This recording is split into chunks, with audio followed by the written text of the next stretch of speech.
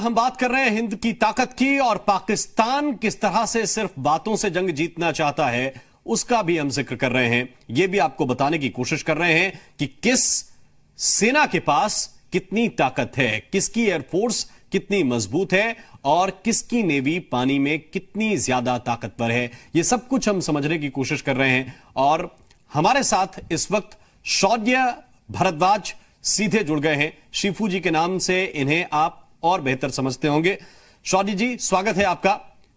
इस वक्त जो स्थितियां हैं उसको देखकर आपका मन क्या करता है?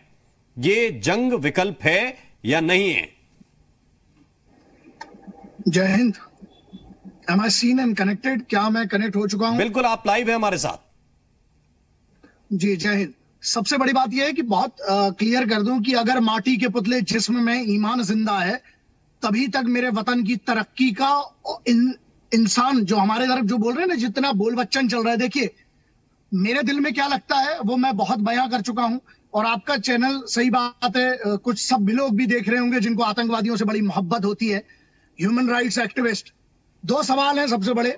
एक सामान्य भारतीय के नाते जो मैं हमेशा पूछता हूं कि साहब अब क्या हुआ, कहां गए वो सेलिब्रिटीज हिंदुस्तान के, कहां गए वो लोग जिनको सुरक्षा चाहिए भारत के सिपाहियों की? क्या अब आपको नहीं लग रहा है कि वतन के हालात क्या है? अब कहां गए वो लोग? तो ये बहुत क्लियर है। बड़ी बात है, दुख लगता है क्योंकि मेरे भाई जब जाते हैं, मेरे भाई हैं, मेरे बच्चे हैं, मेरे दोस्त हैं, जब जाते हैं बुरा लगता है। लेकिन देखिए, जो जंग का विकल्प की हम बात करते हैं, दो चीजें बहुत क्लियर करना पड़ेगी जी कि इसमें कंफ्यूजन नहीं होना चाहिए। There is a lot of bloody confusion going on कि किसके पास ताकत कितनी, क्या वो। मैं सिर्फ एक बात करता हूं, हम किस कॉन्टेक्स्ट में बात कर रहे हैं वो आप मुझे बताइए, मैं उस कॉन्टेक्स्ट में बात करूंगा।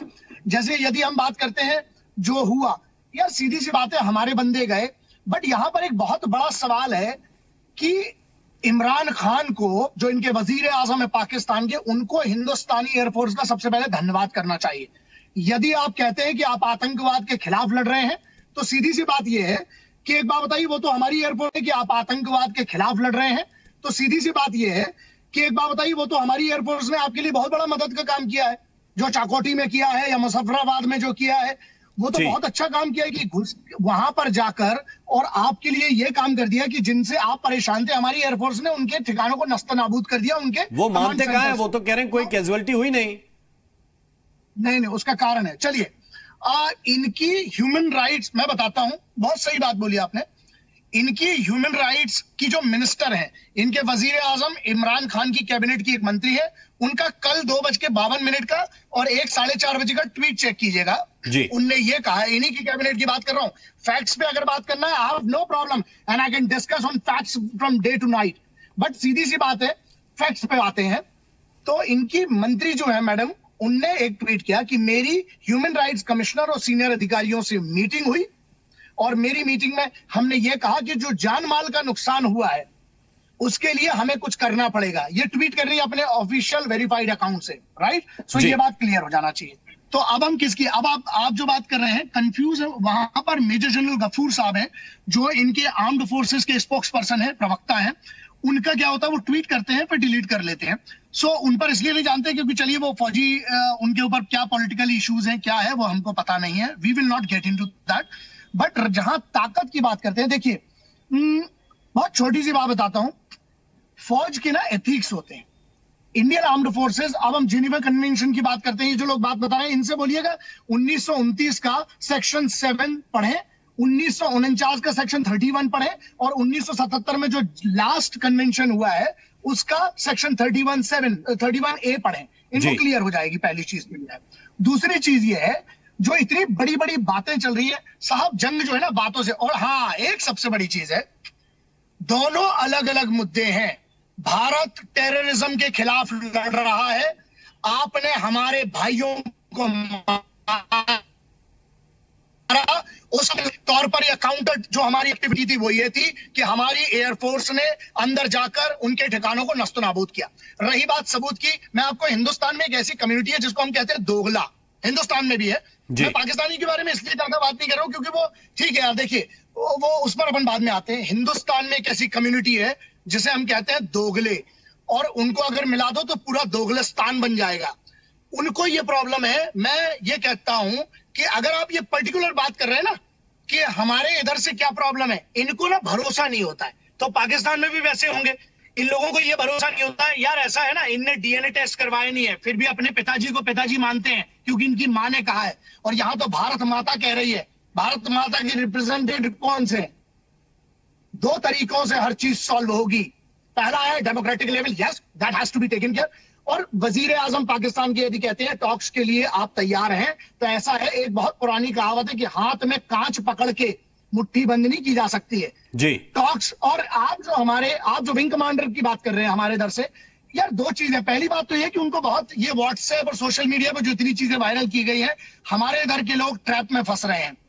ये डिसीट डिसइंफॉर्मेशन का एक मेथड होता है जो कि साइबर स्ट्रेटजी में आता है, जो आईएसआई बहुत सालों से करती आ रही है। दूसरी बात बताता हूं, जो कल इनका हमारा जो मिग दिखाया जा रहा था वो 2016 में राजस्थान में क्रैश हुआ था, जो पाकिस्तानी मीडिया कल दिखा रहे थे। बट ठीक है, देखिए सबको अपनी टीआरपी, सबको दुकानदारी करना है, ठीक है। मेरा फिर से वही कहना है कि हमें राष्ट्र के तौर पर हमें इकट्ठा होना पड़ेगा, हमें अपनी आर्म्ड फोर्सेस के साथ खड़ा होना पड़ेगा। और जो लोग ये जंग जंग जंग चिल्ला रहे हैं दोस्त, उसकी जरूरत जो है ना, इंडियन एयरफोर्स के सिर्फ और सिर्फ एक फॉर्मेशन अगर अंदर चली जाएगी तो बहुत कुछ नुकसान कर सकती है। बहुत कुछ नुकसान कर सकती है। लेकिन प्राइम मिनिस्टर मोदी आज कह रहे हैं कि हमने तो पायलट प्रोजेक्ट एक करके देखा था, उसको हमने किया है, अभी अमल में बहुत कुछ उतारना है। अब से कुछ देर पहले उन्होंने कहा। चलिए एक लाइन सुनाते हैं। मैं किसी पार्टी से मैं बहुत क्लियर हूं, मेरे लिए तिरंगा सबसे पहले था, है और रहेगा। तो ना मैं विरोध और सपोर्ट वाली बात बहुत दूर में। एक लाइन सुनाता हूं, अगर माटी के पुतले जिस्म में ईमान जिंदा है, तभी तक मेरे वतन की तरक्की का अरमान जिंदा है। न भाषण से उम्मीदें हैं, न वादों पर भरोसा है, शहीदों की बदौलत मेरा हिंदुस्तान जिंदा है। साहब हिंदुस्तान की बात करेंगे, उसमें तीनों रंग तिरंगे हैं। जो सिपाही वहां जा रहे हैं ना, उनको देश का समर्थन चाहिए, आज उनको देश का सपोर्ट चाहिए। Yes it is a political will, the political will has to be in place. Political will होना चाहिए हमारे लोगों की, और तभी इसका जवाब दिया जा रहा है और आगे भी इसका जवाब दिया जाएगा। And when it comes to the action of the armed forces, I must tell you one thing, armed forces, Indian armed forces are capable enough to take any decision, any call, and they would certainly be doing it at the right time. इसमें किसी, पहली बात तो civilian, किसी बोल बच्चन वाले किसी भी आदमी को जरूरत नहीं है। आर्म्ड फोर्सेस अपना डिसीजन लेंगे। और ऐसा है, एक छोटी सी ईस्टर्न कमांड, एक छोटी सी वेस्टर्न कमांड, ईस्टर्न कमांड, कहीं से भी 12 हमारे जो मिराज गए थे, उसने इतना नस्ते नाबूद वहां पर करके आए। बड़ी बात क्या समझने वाली है ना, इसको गलत तरीके से पोर्ट्रेट किया जा रहा है इंटरनेशनल मीडिया में। मैं इंटरनेशनल मीडिया फीड्स पढ़ रहा था अभी, ये कहा जा रहा है कि पाकिस्तानी बच रहे हैं, पाकिस्तानी कुछ नहीं कर रहे, इंडियन वायलेशन कर रहे हैं। चलिए, लगभग 2.5 लाख से ज्यादा बार आपने सीज फायर वायलेशन किया है जी, उस पर ऐसा है ना, सीज फायर वायलेशन की। अच्छा, और आप कहते हैं कि पाकिस्तान अंदर आए, अरे यार ये इंडिया का ही हिस्सा है हमारे, जिसको पाकिस्तान ऑक्यूपाइड कश्मीर कहते हैं। दूसरी बात, आपका F-16 उड़ा, हमारे मिग ने उसको तुरंत मार गिराया, ठीक है। और हमारे विंग कमांडर साहब जो हैं, उनके लिए मैं मालूम है, एक चीज कहना चाहता हूं, इस देश में ना सहानुभूति बंद करो। He is an officer, he is a lion and he has been trained for this kind of situation. He will handle it on his own. He has maintained his dignity and he would certainly behave like a lion. He is doing that. आप कोई सा भी video देखें, मगर हमको ना कमजोर नहीं दिखाना है। यहाँ दो अलग अलग बातें हैं, एक आतंकवाद के खिलाफ हिंदुस्तानी फौज की कार्रवाई, दूसरा प्रिजनर ऑफ वॉर का rule which is been mentioned in Geneva convention and international conventions में, it is been clearly mentioned. दोनों को मर्ज मत कीजिए, बातचीत बिल्कुल होना चाहिए, लेकिन अलग, लेकिन हाँ प्लीज गो अहेड। शिवू जी, शौर्य की बात, साहस की बात और ट्रेनिंग की बात तीनों आप कर रहे हैं, लेकिन इसके साथ साथ फिर हमें वेपन्स की बात करनी पड़ेगी कि हमें एक आइडिया है मोटा मोटा कि उनके पास F-16 है, वो इससे हमला करेंगे, फिर हम MiG-21 जाके उससे लड़ाएंगे, तो कहीं तो हमें थोड़ा देखना पड़ेगा। चलिए दो चीजें बात करते हैं। वेपन्स की, इसलिए rule number 1, it is all under official secrets act and national security act to be not discussed in any kind of digital platform, number 1। Number 2, यहां पर बैठकर बहुत आसान है, वो वक्त पर, that is called SRT, situation reaction tactics. It will all depend on the situation and how our guys react. देखिए, एयर कॉन्फ्लिक्ट्स होते रहेंगे, अभी ने जो भी तैयारी की है वो नहीं लड़ेंगे, ये बात क्लियर आपको बता दूं।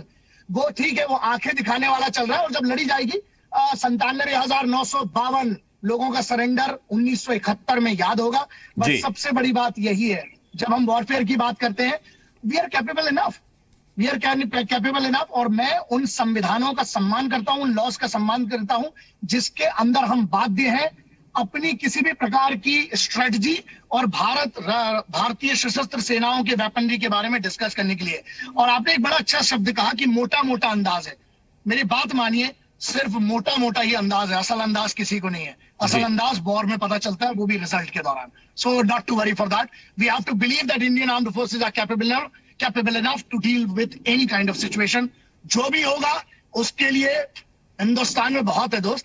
बस फर्क इतना है कि वो जिहादियों से लाख गुने अच्छे हैं, क्योंकि ये वतन वो है ना कि उन्हें तो अपना झंडा के बारे में ही कंफ्यूजन है कि वो आईएसआईएस के काला झंडा यूज करें या पाकिस्तान का हरा झंडा यूज करें। हमारे हर बंदे को बड़ा क्लियर है कि वो तिरंगे के लिए दफन होने के लिए हमेशा तैयार है।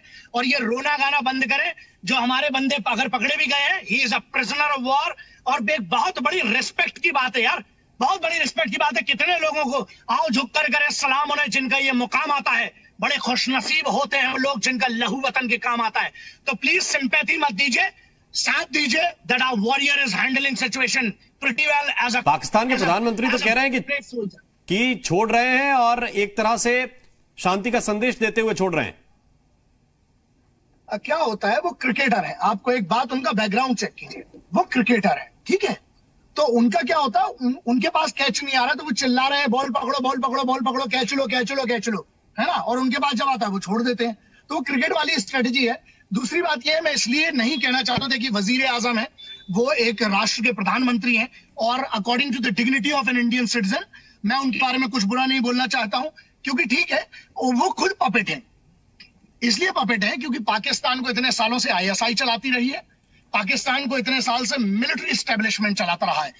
तो हो सकता है कि वो कुछ बोल रहे हैं और हो सकता है उनकी बात सुनी नहीं जा रही है, ये भी हो सकता है। दूसरी चीज ऐसा है कि Nawaz Sharif was a different man and यहाँ पर सिचुएशन बहुत अलग है। हाँ, सीधी सी बात है कि पागल बंदर के हाथ में उस्तरा लग गया वाली बात है अभी तो।